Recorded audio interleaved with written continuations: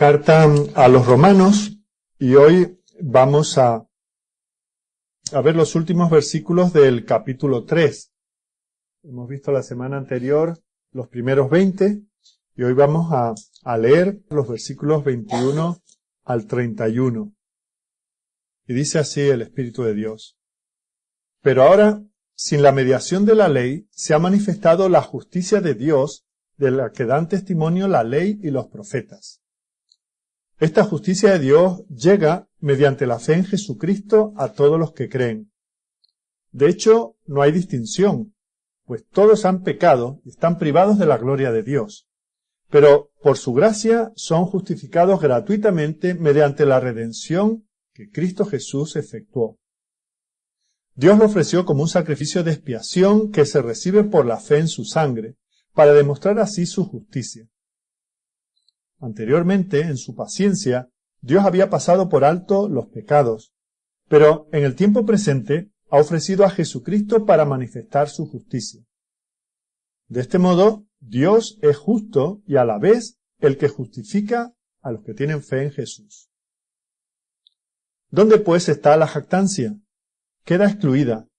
¿Por cuál principio? ¿Por el de la observancia de la ley? No, sino por el de la fe. Porque sostenemos que todos somos justificados por la fe y no por las obras que la ley exige. ¿Es acaso Dios solo Dios de los judíos? ¿No lo es también de los gentiles? Sí, también es Dios de los gentiles, pues no hay más que un solo Dios. Él justificará por la fe a los que están circuncidados y, mediante esa misma fe, a los que no lo están. ¿Quiere decir que anulamos la ley con la fe? De ninguna manera. Más bien, confirmamos la ley.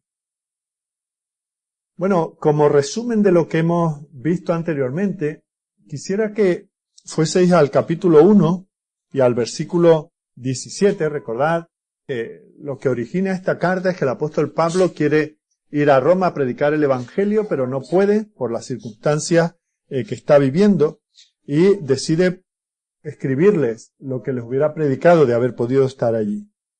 Y quiere hablarles del Evangelio, el Evangelio de Dios, un Evangelio que había sido presentado en las Escrituras, un Evangelio que se centra en una persona, y es la persona de Jesucristo. Y en el versículo 17 del capítulo 1 dice que en el Evangelio la justicia de Dios se revela. Porque el Evangelio es una revelación de la justicia de Dios. Luego dedica el resto de este capítulo, y el capítulo 2 y el principio del 3, a explicar por qué necesitamos la revelación de la justicia de Dios. La necesitamos porque todos somos pecadores, todos somos culpables delante de Dios. Y no hay distinción entre sabios e ignorantes, o entre distintas razas, ya sean judíos o no judíos, todos estamos en esa misma situación. Pero quiero que os quedéis con ese concepto que él nos dice allí en el 1.17, que en el Evangelio lo que se revela, la esencia del Evangelio, es que Dios revela su justicia por la fe en el Señor Jesucristo. Bueno, pues ahora, después de esa especie de paréntesis para explicar por qué se necesita el Evangelio, él vuelve a retomar este asunto de la justicia de Dios.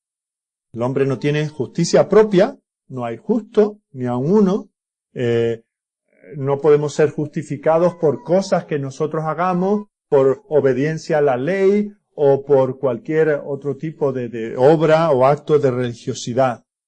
Así que, si hemos de escuchar alguna buena noticia, ya que nosotros no podemos estar al nivel de la justicia y la santidad de Dios, la única buena noticia, el único evangelio que realmente llenará nuestros corazones de gozo y de esperanza, es que alguien nos dé su justicia, lo que nosotros no podemos producir, como cuando vamos al médico. Usted no tiene salud y su propio cuerpo no puede generar la salud que usted necesita.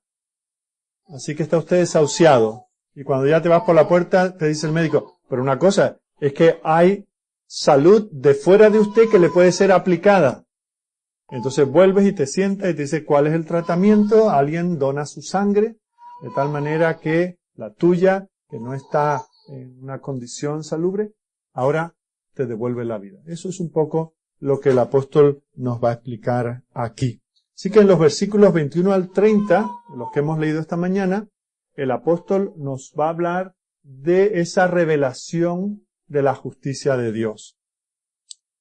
Ahora, a los niños se lo puse más fácil antes. Vosotros que tomáis notas, preparaos porque hoy el primer punto tiene 15 puntos, pero luego solo hay 2 más. Así que vamos a ver aquí en primer lugar 15 características de la justicia divina. Esa justicia que son buenas noticias para nosotros, pues tiene 15 características. Luego el apóstol va a decir, porque la justicia de Dios es así, hay al menos 2 implicaciones. Y en tercer lugar, el apóstol va a tratar con una objeción que alguien podría presentarle. Así que os recuerdo que los 3 puntos de esta mañana van a ser, primero, ver la característica o las características de la justicia de Dios. En segundo lugar, 2 implicaciones. Si la justicia de Dios es así, entonces vamos a ver 2 implicaciones. Y en tercer lugar, vamos a ver cómo el apóstol responde a una posible objeción que alguien pudiese presentar. Así que comenzamos viendo esas características de la justicia de Dios. Son 15.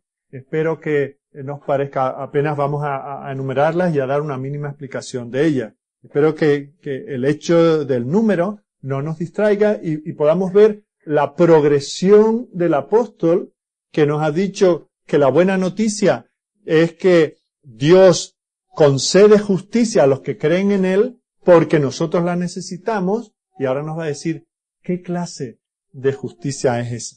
Lo primero que vemos es que es una justicia provista por Dios. Dice en el versículo 21, pero ahora, aparte de la ley, ya que la ley no nos puede salvar, ya que estamos enfermos y no podemos generar nuestra propia sanidad, se ha manifestado la justicia de Dios.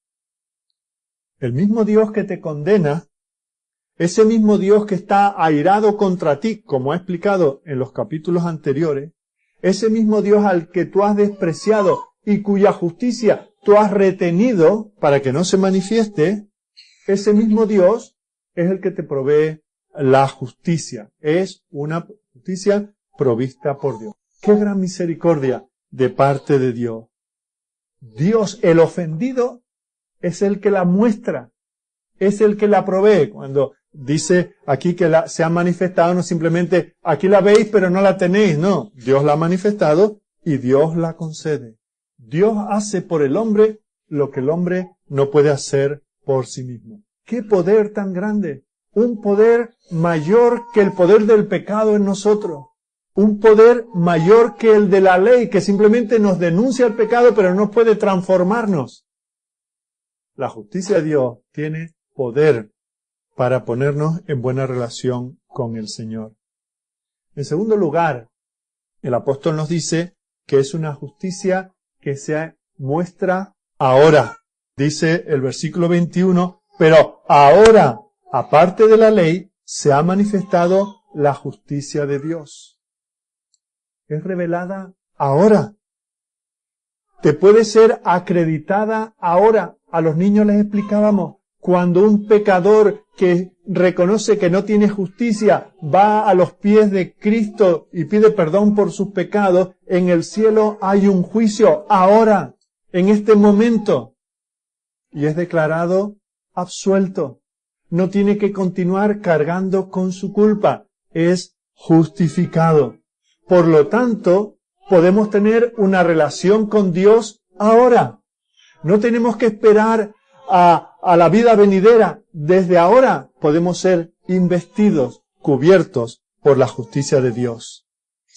En tercer lugar, y esto es algo que de nuevo lo hace muy buena noticia, es que es aparte de la ley.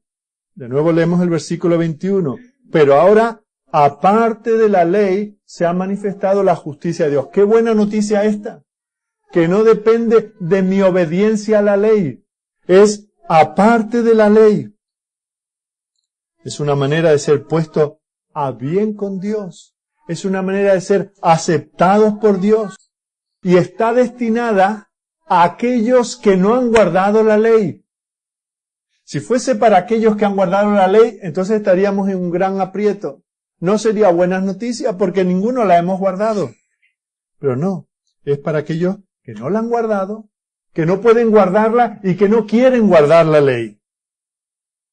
Eso somos todos nosotros. Por eso el apóstol dice, es que no me avergüenzo de predicar el evangelio. Es que son tan buenas noticias. Son para gente como nosotros. Fijaos que la ley promete vida a aquellos que la obedecen perfectamente, aquellos que la cumplen, pero al mismo tiempo maldice a aquellos que no la cumplen. Por lo tanto, ante la ley, nosotros estamos malditos, estamos bajo maldición.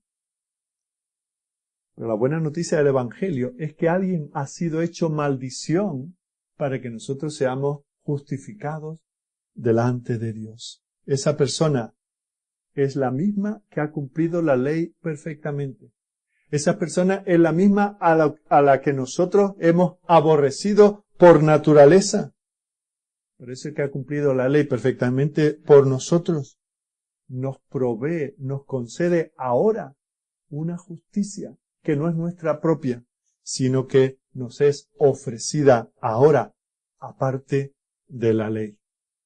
En cuarto lugar, iré repasando poco a poco. Primero, es una justicia provista por Dios, es una justicia mostrada ahora, es aparte de la ley. Y en cuarto lugar, una justicia que es revelada. De nuevo, versículo 21, pero ahora aparte de la ley, se ha manifestado la justicia de Dios. Fijaos que esto no es un secreto guardado celosamente, destinado solamente a un grupo, una élite, un grupo de moda. No, no.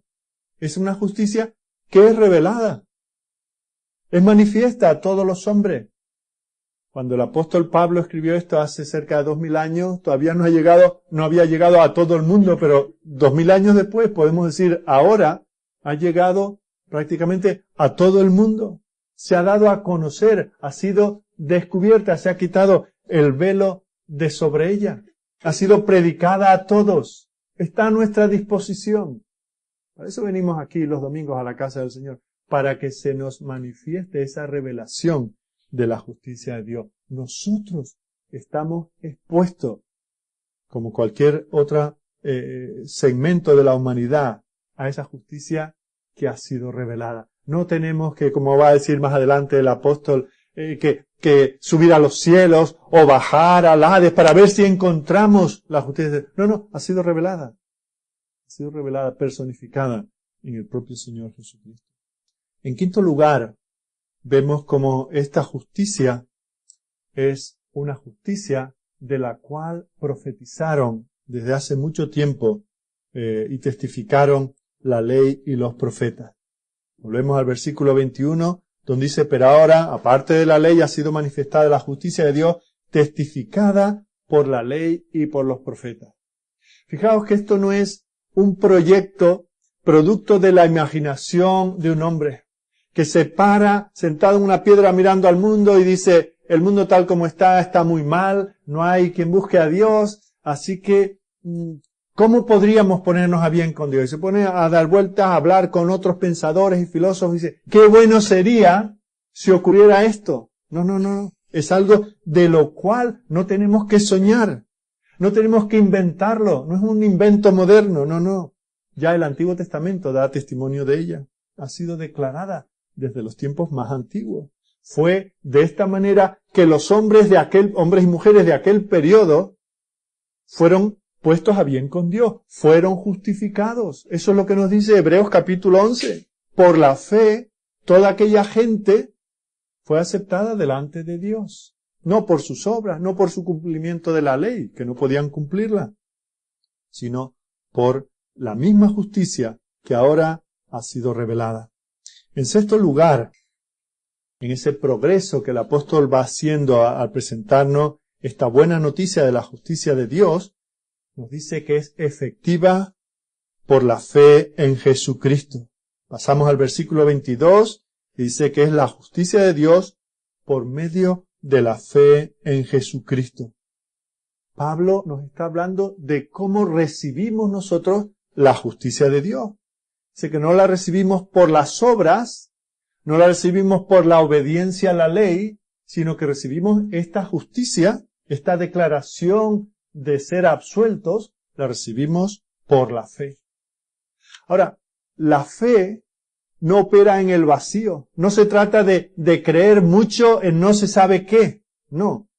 El objeto de la fe es importante. Es la fe, dice aquí, por medio de la fe en Jesucristo. Los méritos son suyos. La vida perfecta es la suya. El sacrificio cruel fue el suyo. La justicia que nos es imputada es la justicia de Cristo. Fijaos que esto no son elucubraciones y pensamientos y teorías. No. Hay una realidad objetiva. Eso es lo que tenemos que creer.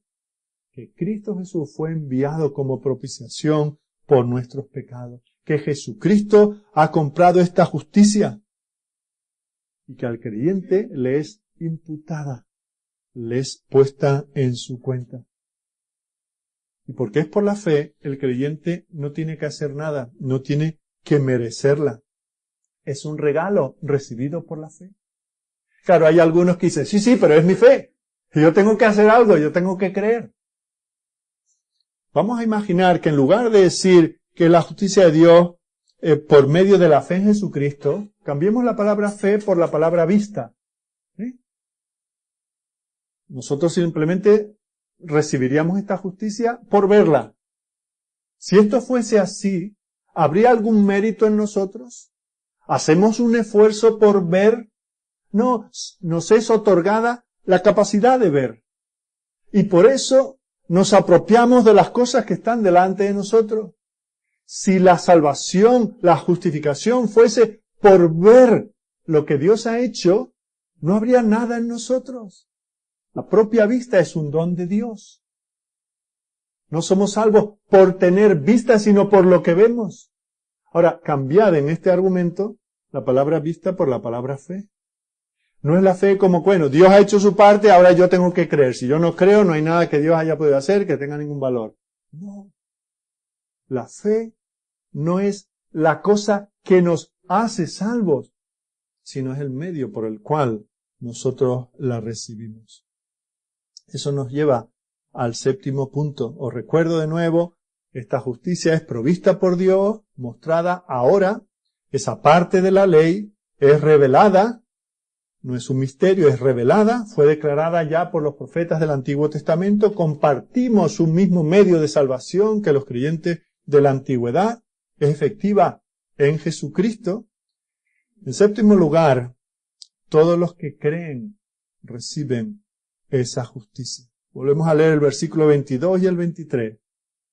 Dice, la justicia de Dios por medio de la fe en Jesucristo para todos los que creen en Él. Porque no hay diferencia, por cuanto todos pecaron y están destituidos de la gloria de Dios.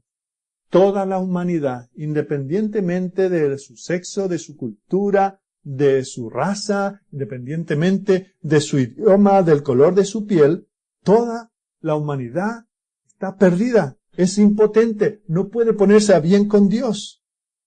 Y esta justicia, nos dice aquí, no es para un grupo selecto, no es para una élite, sino para todos los que tienen fe en el Hijo de Dios, para todos los que creen en la obra que Jesucristo hizo en la cruz. O sea que donde no se cree, no se recibe. Tú puedes estar oyendo este argumento de Pablo, ir viendo estos 15 puntos y decir, oye, eso es muy correcto.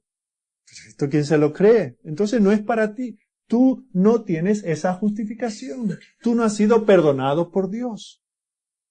Hay que creerlo, ¿verdad? Donde no se cree, no se recibe. Pero donde se cree, siempre se recibe. Ya la reciba un niño, ya la reciba un anciano, ya la reciba un catedrático o un cateto. No hay distinción. Judío o gentil, todo el que cree. Todos por igual están en la misma condición. Están destituidos de la gloria de Dios. Pero pueden alcanzar la justicia de Dios simplemente creyendo. No pueden ponerse a bien con Dios por sus propios esfuerzos, ni por nada que hagan. Pero cualquiera que cree estas cosas las recibe. No hay diferencia, es para todos los que las reciben. En octavo lugar, hay una aclaración de algo que ya casi no sería necesario decirlo, pero como algunos tienen dudas hay que enfatizarlo, y es que es un regalo gratuito.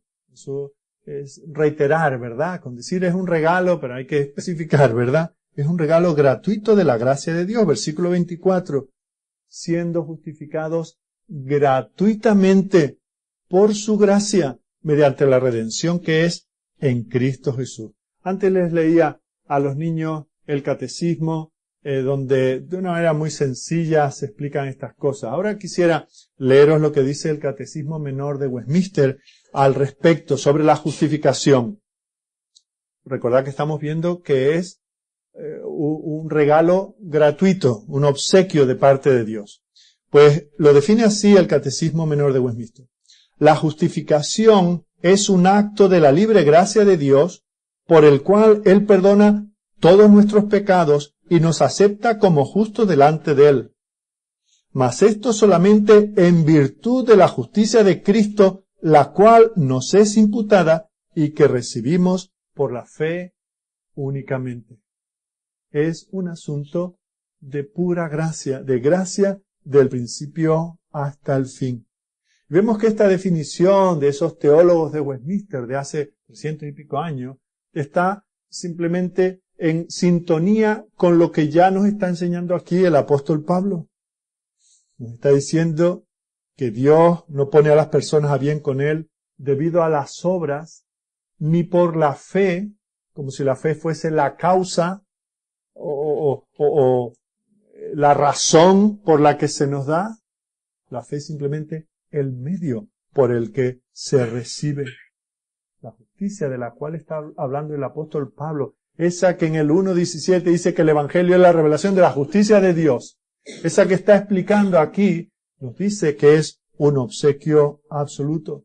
No es una recompensa por tu éxito, no es porque lo hayas logrado y al final se te da la medalla, no. Se le da a quien no lo merece. Esto es lo que el énfasis de la gracia significa. Nadie aquí entre los que estamos merecemos.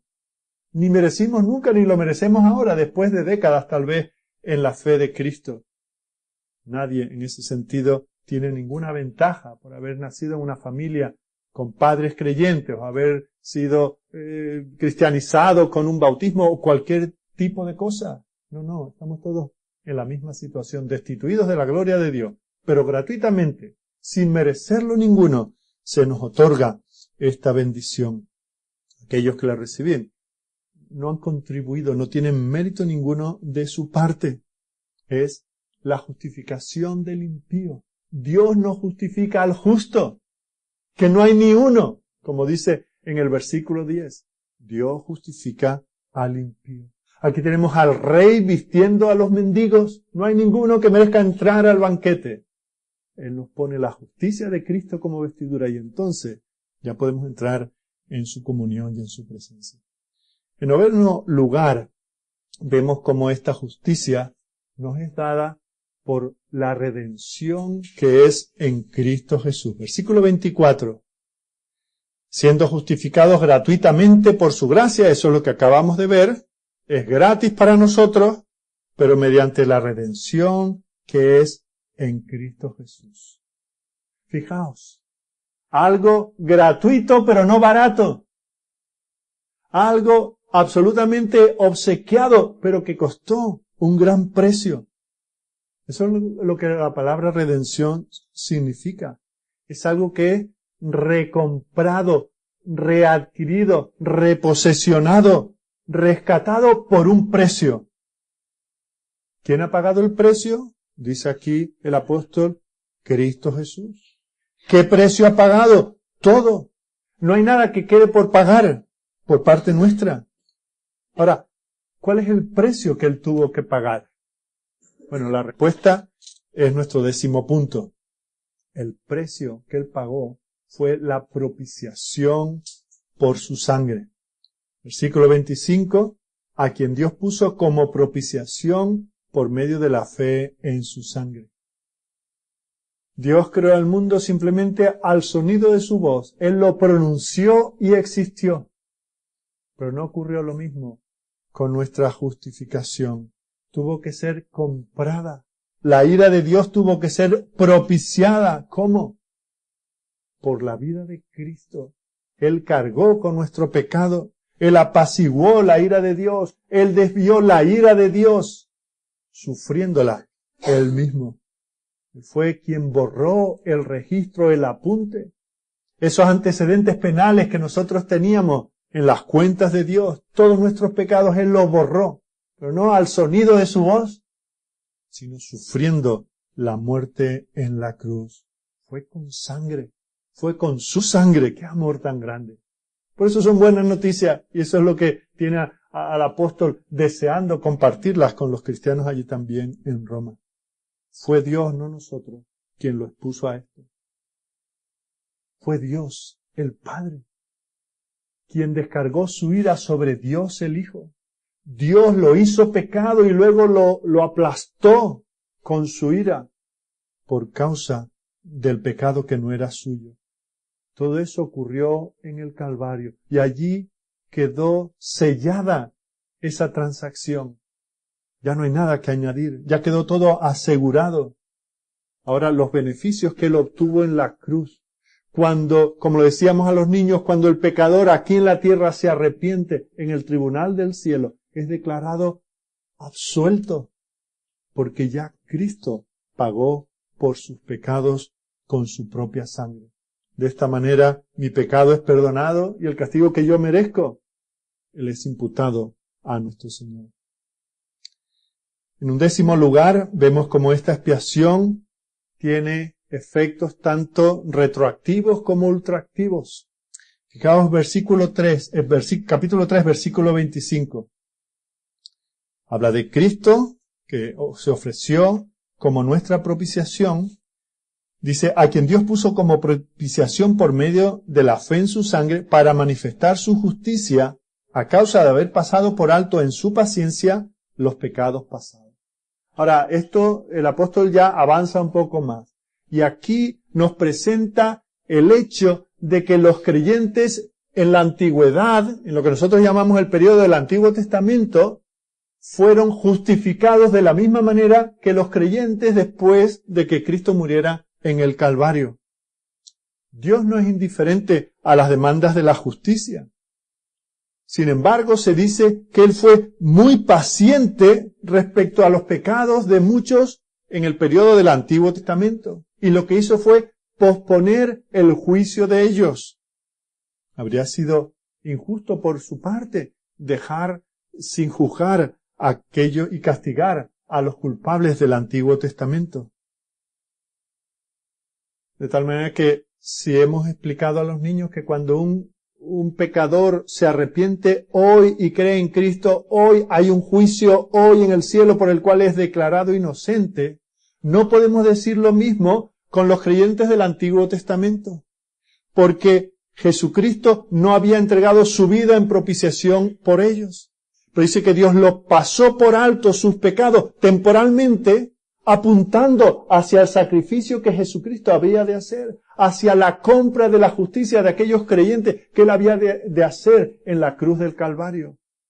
Por eso dice que Dios no dice, simplemente los borró de un plumazo, porque claro, como eran gente de otra manera, que creían otras cosas, no. Ellos confiaron en la obra de Cristo que estaba presentada, anticipada, por medio de las profecías y por medio de los sacrificios y por medio del templo y de los sacerdotes. Pero era por la fe, era por la gracia y era por la redención de Cristo. Por eso tiene carácter retroactivo lo que hizo Cristo en la cruz. Los creyentes de la antigüedad no fueron salvos de una manera diferente. Y los creyentes del futuro, por eso decimos que tiene efectos ultraactivos, mirando hacia adelante. Los que han de creer en el futuro serán exactamente de la misma manera. El castigo de los pecados de los creyentes de la antigüedad también cayó sobre Cristo.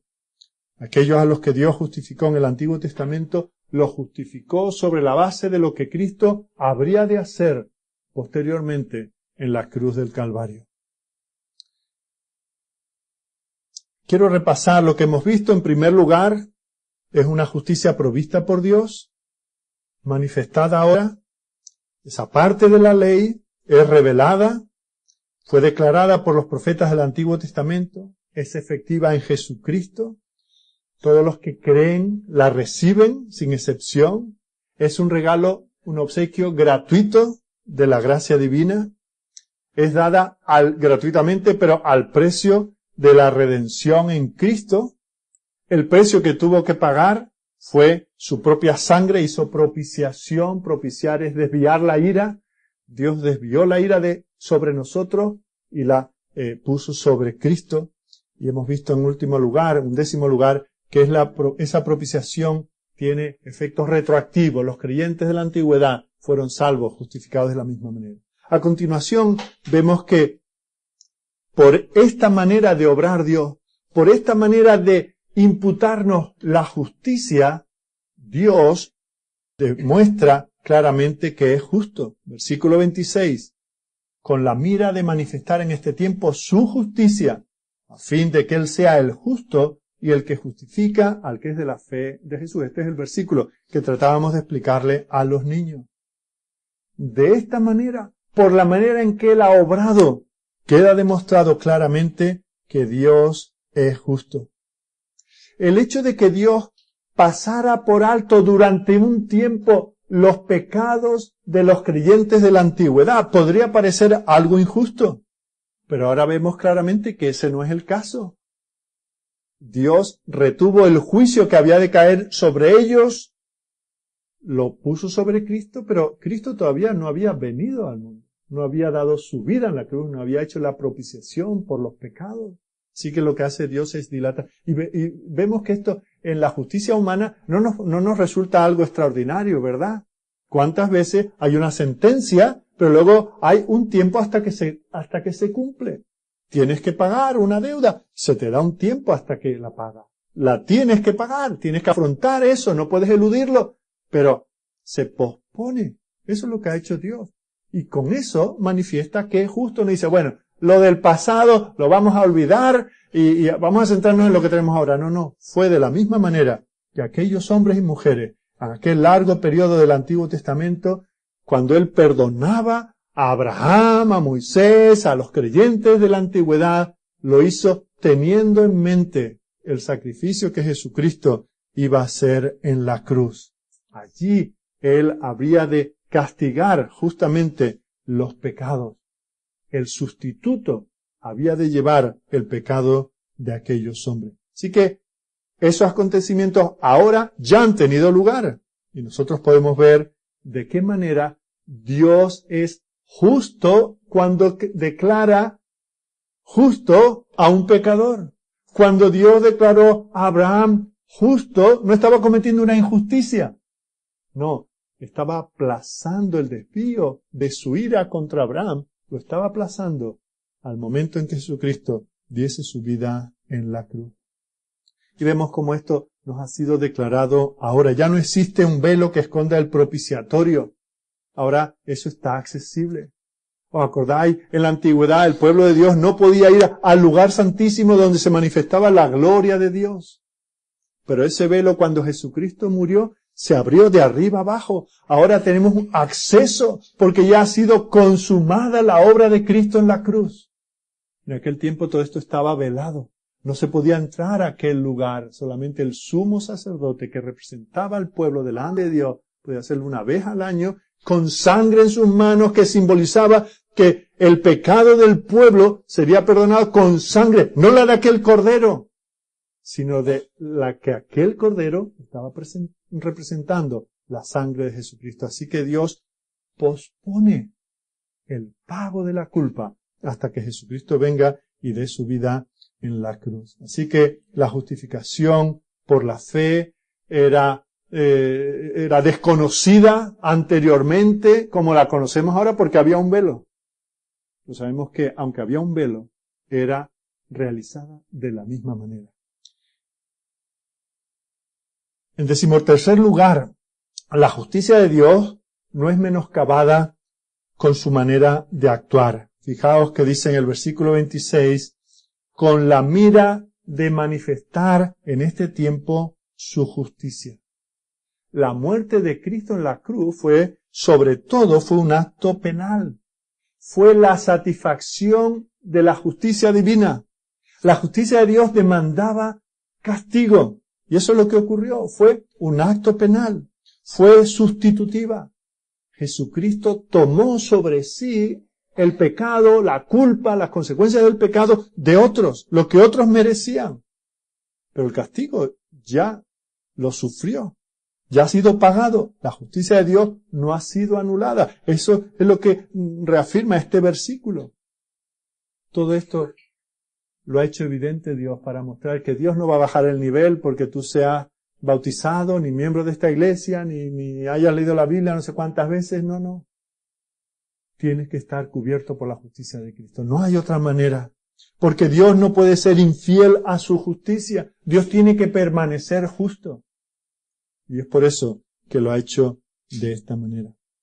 14º lugar, vemos que la gracia de Dios también ha sido satisfecha. Volvemos a leer el versículo 26. Con la mira de manifestar en este tiempo su justicia, a fin de que Él sea el justo y el que justifica al que es de la fe de Jesús. Fijaos que lo que ocurrió en la cruz fue que el castigo debido al pecado del creyente fue atribuido en la cuenta de Cristo. Y la justicia de Cristo le es atribuida a la cuenta del creyente. Fue un intercambio. Él sufrió por nuestra culpa, nosotros hemos recibido su justicia. De esta manera el pecador es salvado sin ninguna duda. Y los propósitos de la gracia de Dios son satisfechos. Esto revela que esto es un acto de justicia, un acto de amor, un acto de gracia. No queda ninguna demanda del ser de Dios, de su naturaleza, de sus atributos, que diga, bueno, pero esto aquí quedó un poco cojo. Esto fue una chapuza que se hizo en el último momento. No. Nada en el ser de Dios fue anulado ni menoscabado. Él continúa siendo el justo. Y al mismo tiempo hay justificación para todos aquellos injustos que confían en la obra de Cristo. ¡Qué sabiduría del Señor! Y qué misericordia que nos lo ha querido mostrar. A veces nos quejamos porque tenemos que anular un viaje, se nos retrasa algo y tenemos que cambiar los planes. Gracias a Dios que Pablo no pudo ir a Roma, porque no habían grabadoras para escuchar sus sermones, pero dejó escrito estas cosas tan maravillosas. Y 15º lugar, todo esto es para el creyente en Cristo. De nuevo el versículo 26. Todo esto es con la mira de manifestar en este tiempo su justicia, a fin de que Él sea el justo y el que justifica al que es de la fe de Jesús. Hay esperanza para los pecadores que están pereciendo. Pero solo hay una esperanza. La esperanza está en el Evangelio. El Evangelio es muy estrecho. Esto no es para todos los hombres. El beneficio de la obra de Cristo es para aquellos que creen. Pero al mismo tiempo que es estrecho, es muy profundo. Es muy simple. Hemos podido tratar de explicárselo a los niños, pero que por la obra del Espíritu algún día puedan entenderlo. Pero no hay que ser un erudito, porque esto se recibe solo por la fe. Esto es nuestro solo por la fe. Y esta es la esencia del mensaje del Evangelio que predica el apóstol Pablo. Por lo tanto, tenemos que asegurarnos de que nuestros pecados han sido pagados por Jesucristo. Que creemos que su obra es suficiente para ponernos a bien con Dios. Eso significa que tenemos que renunciar a nuestra religiosidad, a nuestra buena conducta, a que pagamos la declaración de la renta sin escatimar nada, a que nunca aparcamos en doble fila, a que lo hacemos todo bien. Tenemos que renunciar a esto como el medio para ponernos a bien delante de Dios y asirnos sola y exclusivamente a la obra de Cristo, descansando en lo que Él ha hecho, recibiendo los beneficios que hemos considerado. Hemos visto nuestro primer punto. Espero que lo hayáis podido seguir el argumento del apóstol. Pero el apóstol todavía le queda por decirnos en este capítulo que todo esto implica al menos dos cosas.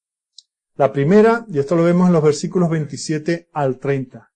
Si esto es así, si todos estamos destituidos de la gloria de Dios, si no hay justo ni aun uno, si todos somos culpables, y si la salvación, la justificación es por la gracia sola, por la obra de Cristo sola, y la recibimos por la fe sola, la primera implicación es que no hay lugar para la autocongratulación.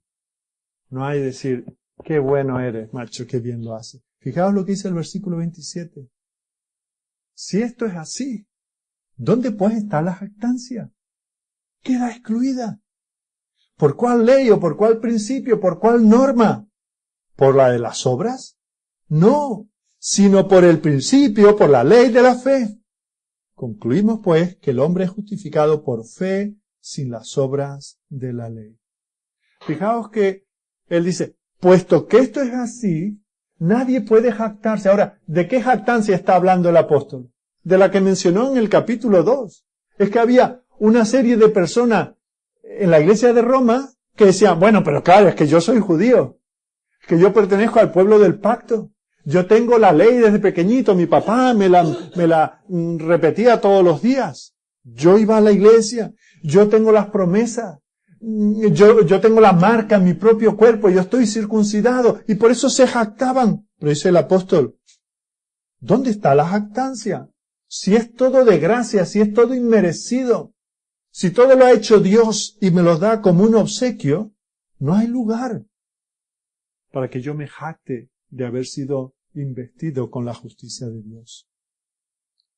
El hecho de que viene a nosotros por la fe y no por obra, excluye la jactancia.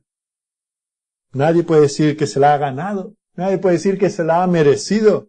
La justificación no tiene ninguna referencia a nada que nosotros hayamos hecho o que pensemos hacer ahora. Hay algunos que dicen, no, es que Dios vio cómo yo iba a ser. Vio que yo me iba a dedicar a las misiones, que yo iba a dejar mis 3 carreras y mi puesto en el banco de mi padre y me iba a ir allí a que me comieran los mosquitos en África y por eso Dios me salvó. No, no hay lugar para la jactancia, no hay nada en nosotros que hayamos hecho o que esperemos hacer. Viene por la fe sola, no por las obras de la ley. Así que esa es la primera implicación. Dice que no se te suba mucho el hecho de ser salvo, justificado delante de Dios, porque no tiene nada que ver con nada que tú hayas hecho. La segunda implicación no es menos importante, porque si es así, si es por la obra de Cristo solo, si es un asunto de gracia solo, y si la recibimos por la fe sola, entonces Dios es Dios tanto de los judíos como de los gentiles. No hay distinciones. Por eso vuelve a hacer otra pregunta en el versículo 29. ¿Es Dios solamente Dios de los judíos? ¿No es también Dios de los gentiles? Ciertamente también de los gentiles, porque Dios es uno, y Él justificará por la fe a los de la circuncisión y por medio de la fe a los de la incircuncisión. Ahora, si nosotros pudiésemos ponernos a bien con Dios por la ley judía, entonces los judíos tienen un privilegio que el resto no tenemos. Pueden alcanzar la declaración de justificación de Dios que los demás no podemos tener. Pero la realidad no es esa, ese no es el caso, es lo que ha venido diciendo el apóstol. No hay nada en nosotros, tanto judíos como gentiles han caído. Cuando dice, no hay justo ni aun uno, no hay quien haga lo bueno, no hay quien busque a Dios. Luego dice en el versículo 19 que eso lo dice la ley de los judíos a los judíos, aunque es un principio universal. Nadie queda excluido. Todos necesitamos que Dios haga esto si hemos de ser salvos. Así que lo que nos dice el apóstol es que en el Evangelio se revela un solo camino para la justificación y es el mismo para ambos. No corre con ventaja el judío, no avanza tarado el gentil. Dios acepta tanto a judíos como a gentiles exactamente sobre la misma base. Es el Dios de ambos. No hay más diferencia entre la manera en que Dios acepta a unos y a otro de lo que hay en esa expresión del capítulo 1, versículo 17, que somos salvos por fe y para fe. Y hay teólogos que han estado toda la vida tratando de distinguir entre por fe y para fe. Lo que está diciendo es por fe de principio a fin.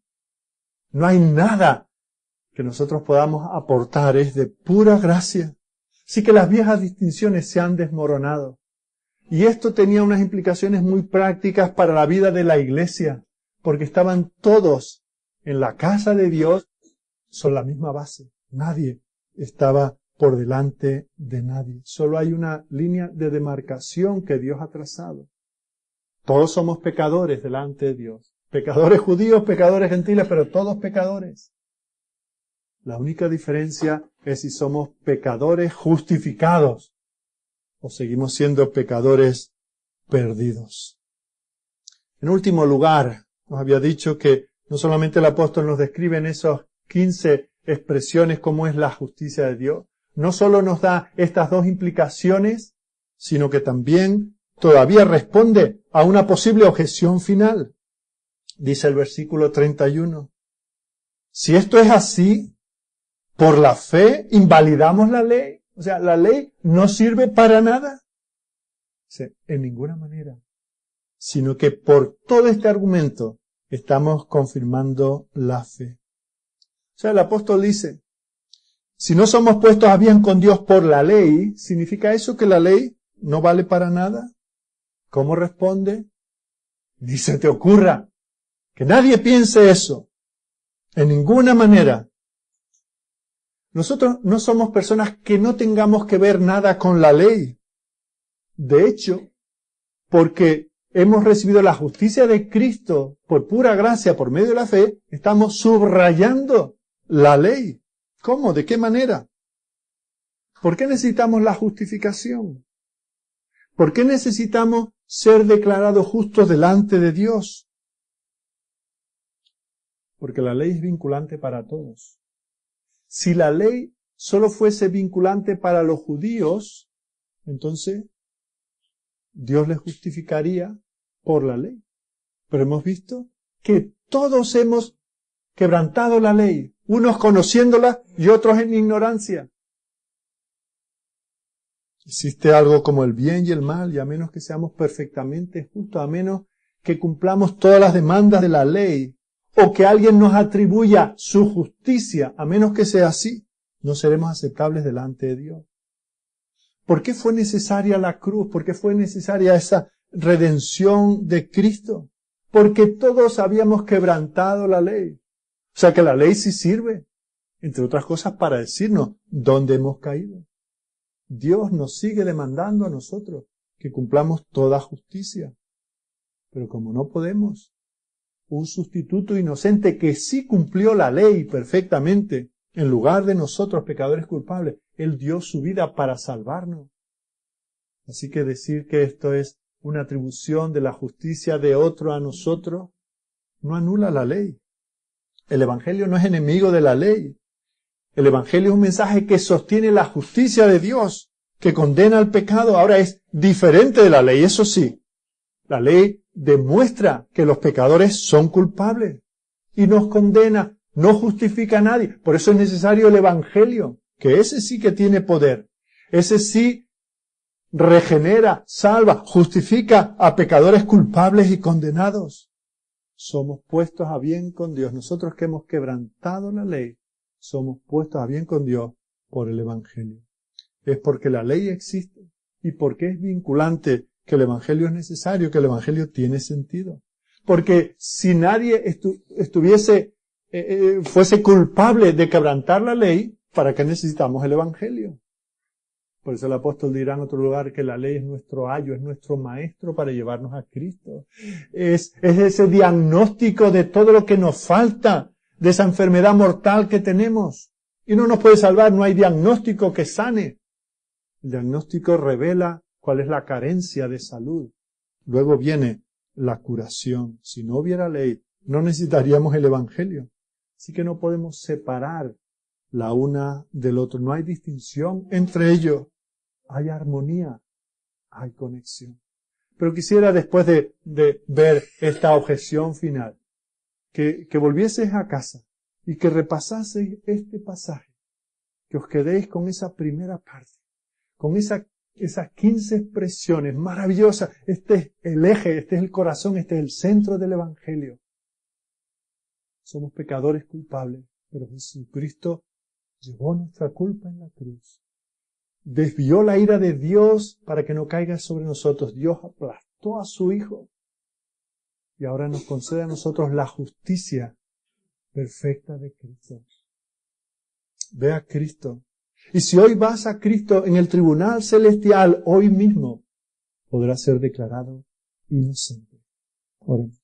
Amado y bendito Señor nuestro Dios, queremos darte gracias porque, aunque ninguno somos inocentes por naturaleza, somos todos culpables de haber quebrantado la ley 1 y 1000 veces. A pesar de eso, Dios justifica a pecadores. Y lo hace, como hemos visto, sin Él cometer pecado con ellos, sin cometer ningún acto de injusticia. Gracias te damos, Señor, por lo que hoy hemos podido considerar. Enséñanos, Señor, a ver y a valorar lo que Jesucristo ha hecho por nosotros. Y que eso nos motive a vivir una vida cristiana de gozo, de agradecimiento, que nos lleve a adorarte de una manera sincera.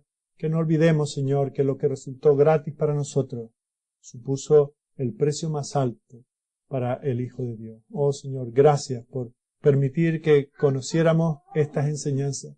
Gracias por permitir que vivamos de este lado de la cruz, para vivir la experiencia ya terminada, de la cual los santos del Antiguo Testamento apenas tenían pinceladas y miraban hacia adelante. Nosotros miramos a un hecho histórico, el de Jesucristo muriendo en la cruz, desviando la ira del Padre para que no caiga sobre nosotros.